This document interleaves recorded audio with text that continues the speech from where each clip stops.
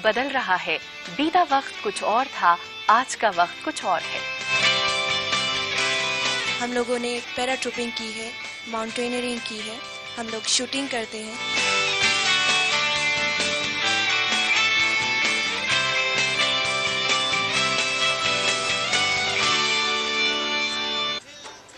नमस्कार, अस्मिता के एक और नए अंक में मैं समीना आप सबका स्वागत करती हूँ। वर्ष 2010 की राष्ट्रीय महिला आयोग की रिपोर्ट बताती है कि महिलाओं के विरुद्ध बढ़ रहे हैं अपराध।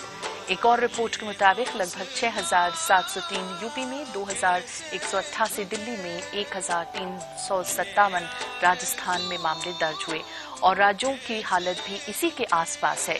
ये अपराध कहीं न कहीं इस बात की तरफ इशारा करते हैं कि औरत को उपभोग की वस्तु मानने वालों में उनकी मानसिकता, उनकी सोच में परिवर्तन की दुहाई अब तक बेमानी साबित हुई है। बहुत से लोगों का मानना रहा है कि लोगों को अपने नजरिए में परिवर्तन लाना चाहिए। वहीं बहुत से लोगों का ये भी कहना रहा है कि आपकी सुरक्षा आपके अपने हाथों में है, उत्तेजित करना ठीक नहीं। वहीं इस तरह की हिंसा पर हमारी कानून व्यवस्था और शर्म की जगह स्वाभिमान की सीख जैसे शब्द कुछ हद तक रोमांचित जरूर कर जाते हैं, लेकिन जमीनी हकीकत इन सब से बिल्कुल मुख्तलिफ है। आज अस्मिता में बात इसी मुद्दे पर हमारे साथ जो खास मेहमान इस कार्यक्रम में शिरकत कर रहे हैं उन सब से मैं आपका परिचय करा दूं। हमारे साथ हैं डॉक्टर सुषमा भटनागर। आप आलोचक हैं और इस तरह के मुद्दों पर काफी बेबाक राय रखती रही हैं। स्वागत है आपका सुषमा जी अस्मिता कार्यक्रम में। हमारे साथ हैं सुमन नालवा। आप एडिशनल डीसीपी हैं और औरतों से और बच्चों से जुड़े मुद्दों पर आप भी लिखती रही हैं और कार्यवाही भी करती रही हैं। काफी सपोर्ट दिया है आपने औरतों को। स्वागत है आपका सुमन अस्मिता कार्यक्रम में। डॉक्टर वली हैं, हालांकि पेशे से आप डॉक्टर हैं लेकिन समाज और माशरे पर आप काफी पैनी नजर रखते रहे हैं। स्वागत है आपका वली साहब अस्मिता कार्यक्रम में। डॉक्टर कुमुद शर्मा हैं, आप लेखिका हैं, औरत से जुड़े मुद्दों पर काफी कुछ लिखती रही हैं, काफी किताबें भी आपकी आई हैं। स्वागत है कुमुद जी अस्मिता कार्यक्रम में। और हमारे साथ है अरशाना अजमत, नौजवान पीढ़ी का नुमाइंदा है, ये पत्रकार हैं और हिंदुस्तान से जुड़ी हुई हैं। स्वागत है अरशाना आपका अस्मिता कार्यक्रम में। और हमारे साथ है नैम इंस्टीट्यूट के नौजवान स्टूडेंट जो सवालों का दौर आप सबसे जारी रखेंगे। इससे पहले कि हम अपने इस कार्यक्रम को आगे बढ़ाएं, आइए हम नजर डालते हैं अपनी इस खास रिपोर्ट पर। संयुक्त राष्ट्र संघ ने 1994 में नारी के विरुद्ध हिंसा को शारीरिक, लैंगिक या मनोवैज्ञानिक प्रताड़ना कहा है। नारी प्रताड़ना आज भी अलग अलग रूपों में बदस्तूर जारी है। नेशनल क्राइम रिकॉर्ड ब्यूरो के आंकड़ों से भी इसकी पुष्टि होती है। तेजी से तरक्की करता हमारा देश, विश्व पटल पर अपनी एक अलग पहचान बनाता हमारा देश, लेकिन महिलाओं के प्रति बढ़ते अपराध इस विश्वास को डिगा जाते हैं कि सब कुछ ठीक ठाक है। आए दिन समाचारों में दिल दहलाने वाले बलात्कार की खबरें एक अलग ही तस्वीर पेश करती हैं। हर रोज जारी होने वाले नैतिक दिशा निर्देश उसे ये सोचने पर मजबूर करते हैं कि समाज में रहने वाले कुछ लोगों का नजरिया ऐसा क्यों है। वहीं इस सोच के प्रति नौजवानों की नजरिया बदलने वाली बढ़ती आवाज भी काफी सोचने को मजबूर करती है। इन सब को देखते हुए एक सवाल यही पैदा होता है कि बढ़ते अपराधों की असल वजह क्या है। क्या उनकी सोच और नजरिए में बदलाव मुमकिन है, जो सोचते ही नहीं। औरत के प्रति हिंसात्मक कार्यवाही को रोकने के लिए समाज के मनोविज्ञान को समझकर व्यक्ति की ज़हनी फिक्र में परिवर्तन लाने के साथ ही सामाजिक आर्थिक ढांचे को भी बदलने की जरूरत है। और ये कब तक संभव हो पाएगा, ये कहना थोड़ा मुश्किल है, पर डगर इतनी कठिन भी नहीं है। अस्मिता के लिए प्रियंबरा, लोकसभा टीवी। तो ये थी हमारी खास रिपोर्ट जो आप सबने देखी। सुषमा जी, जो मेरा पहला सवाल आपसे है, चूंकि आपने आज़ादी के बाद से काफ़ी कुछ ऐसे विषयों को चुना है, उन पर लिखा है, अगर हम आज़ादी के बाद से लेकर अब तक जो औरत की स्थिति है और उस पर जो समाज की सोच है, आपकी पहली राय? देखिए, ऐसा है कि आज़ादी से अब तक का अरसा तो हम 65 सालों की बात कर रहे हैं, लेकिन मोटे तौर पर आज़ादी के बाद जो एक बहुत बड़ा परिवर्तन आया वो ये कि आर्थिक सामाजिक कारणों से लड़कियों और महिलाओं ने घर से बाहर कदम रखा। वो पढ़ने गई, नौकरी करने गई, ये कहिए कि जो उत्पादक वर्ग होता है उसका एक सक्रिय हिस्सा बनी और इस तरह से उन्हें एक दूसरी तरह की आज़ादी मिली। इस आज़ादी के लिए ज़्यादातर तो समाज तैयार था, लेकिन समाज का एक हिस्सा था जो औरत को इतने आज़ाद रूप में नहीं देख पाता था, और दुर्भाग्य से आज भी उसके अंश हमारे समाज में विद्यमान हैं। इसलिए ही ये जो सामाजिक हिंसा, इस तरह की जो ये महिलाओं के साथ हिंसा होती है, इसके पीछे एक दबा छिपा ईर्ष्या भाव, उन महिलाओं को दंड देना, उनसे एक तरह का बदला लेना, ये साबित करना कि तुम कमतर हो, कमतर बन के रहो, आवाज मत उठाना, सर मत उठाना। अब सवाल ये है कि ये तो स्थिति है, और समाज का उसके प्रति क्या दृष्टिकोण है, इसमें भी बहुत तरह तरह की राय हो सकती है।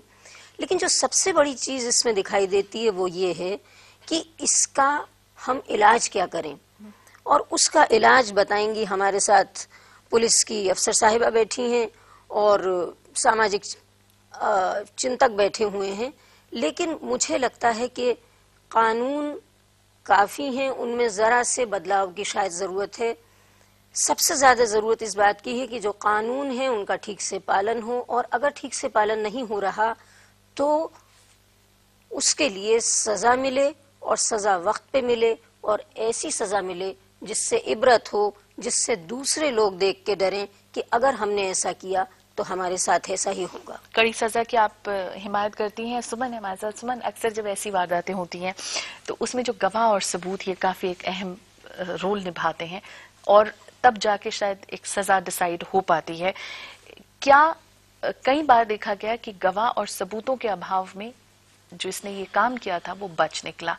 क्या ये माना जा सकता है कि जो इस तरह के जो केसेस होते हैं वो फिर उसे एक और मौका देते हैं औरत के तय ये वाली हिंसा करने के लिए? जब आपने बात करी कि विटनेसेस हॉस्टाइल आ जाते हैं, सामने नहीं आते हैं, तो मैं ये मेरा एक्सपीरियंस है कि ये सिर्फ इस टाइप के केसेस में नहीं, हर एक केस में हमारी सोसाइटी है, इट्स नॉट कमिंग फॉरवर्ड, वो सामने नहीं आ रही है क्राइम को नो करने के लिए। आई मीन हम रिस्पॉन्ड नहीं कर पा रहे हैं, हमारी सोसाइटी रिस्पॉन्ड नहीं कर रही है। तो इसलिए ना केवल महिलाओं से संबंधित बट और केसेस में भी कोई भी पुलिस को असिस्ट करने, क्रिमिनल जस्टिस सिस्टम को असिस्ट करने के लिए आगे नहीं बढ़ता है। लेकिन हमारी हाई कोर्ट की, सुप्रीम कोर्ट्स की बहुत प्रोग्रेसिव जजमेंट्स रही हैं जिसमें कहा है कि just a statement of the prosecutrix, जो विक्टिम है उसका एक स्टेटमेंट ट्रस्टवर्दी है तो उसके ऊपर ही कन्विक्शन बेस हो जाता है। तो मैं नहीं मानती कि सिर्फ विटनेस ना होने से कोई है। और ऊपर से जब सेक्सुअल ऑफेंसेस होते हैं उसमें हमारे पास फोरेंसिक्स एंड मेडिकल जो एविडेंस है वो भी बहुत काम आते हैं इन पनिशिंग द एक्यूज्ड। तो आई थिंक सामाजिक सोच को आप भी एक तरह से मानते हैं कि समाज के बहुत सारे लोग जो हैं जो आकर खड़े नहीं होते हैं। डॉक्टर वली हैं आपकी, कहा जाता है आपकी सुरक्षा या जो आपकी हिफाजत है वो आपके अपने हाथ में है। क्या कहीं ना कहीं आपको लगता है कि इसमें भी बच निकलने का एक रास्ता है? साथ ही समाज में आज भी कहीं ना कहीं एक हिकारत का भाव है अगर किसी लड़की या किसी औरत के साथ इस तरह का होता है। क्या इस सामाजिक सोच को सही ठहराया जाना चाहिए?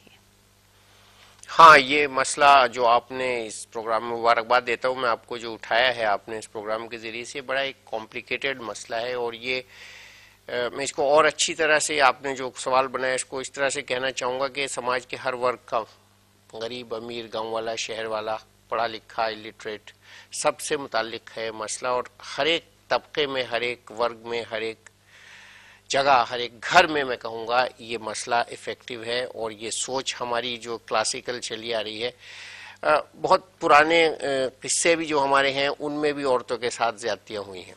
मैं नाम नहीं लूँगा, वो रिलीजियस हो जाएगा, लेकिन क्यों हुई ये देखना है। तो वो सोच है जो आपने अभी बताया कि वो एक हमारी सोच है।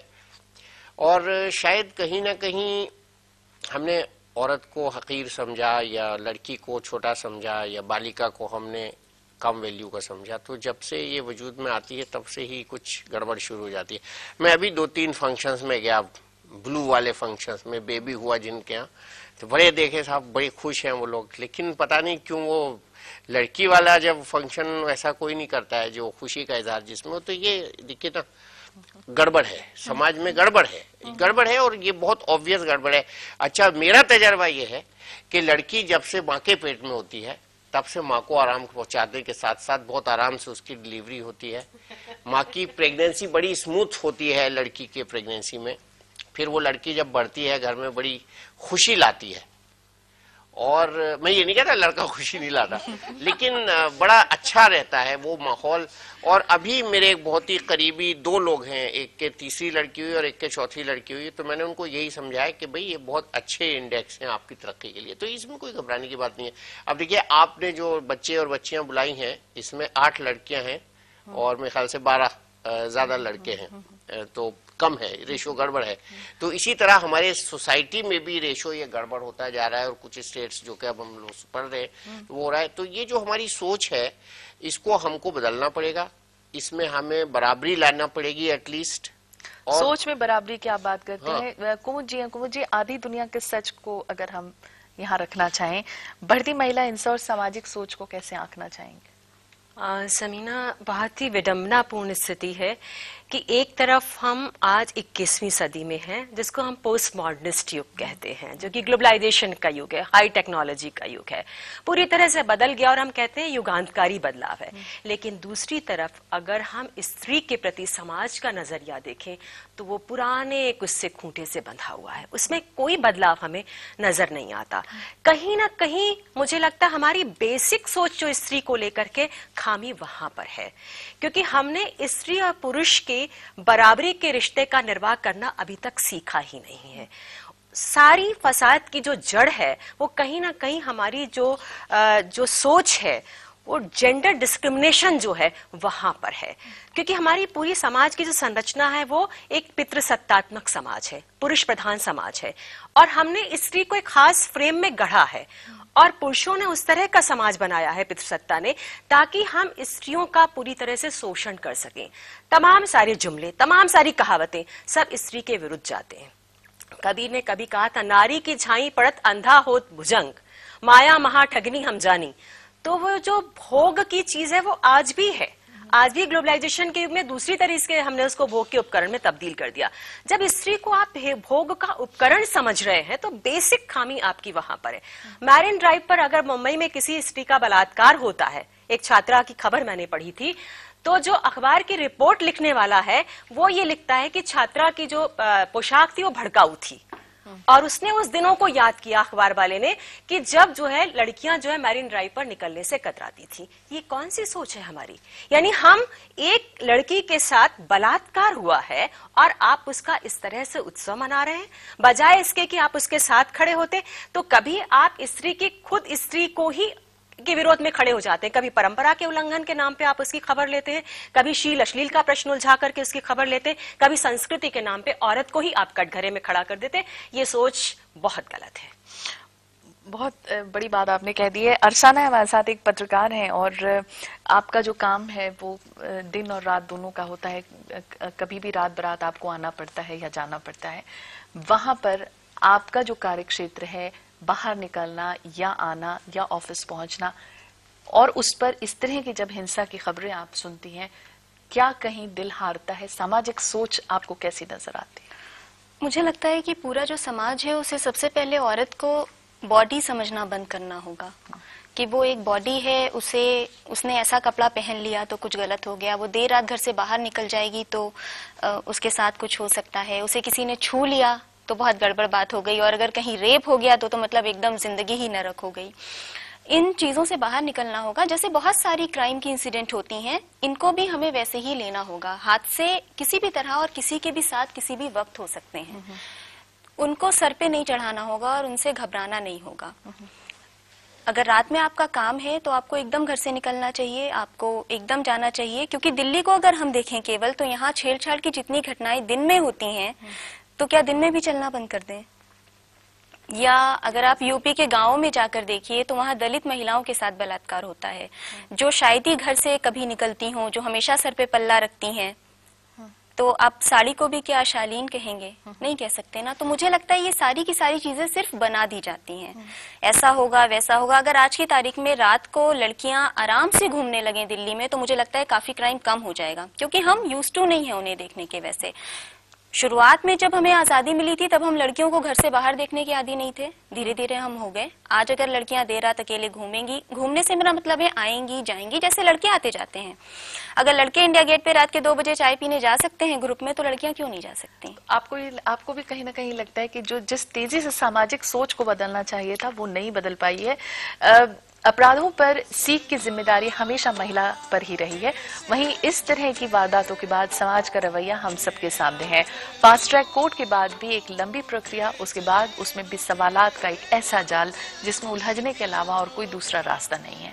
औरत के कार्यक्षेत्र को समय सीमा में बांधा जाना ये सोचने पर कहीं ना कहीं ये मजबूर कर जाता है कि क्या उसकी तरक्की, उसकी आज़ादी, उसकी क्षमता, उसकी सोच, उसकी देह तक आकर क्यों ठिठक जाती है। कई बार समाज की संकीर्ण सोच उसके सपनों को धूमिल कर जाती है।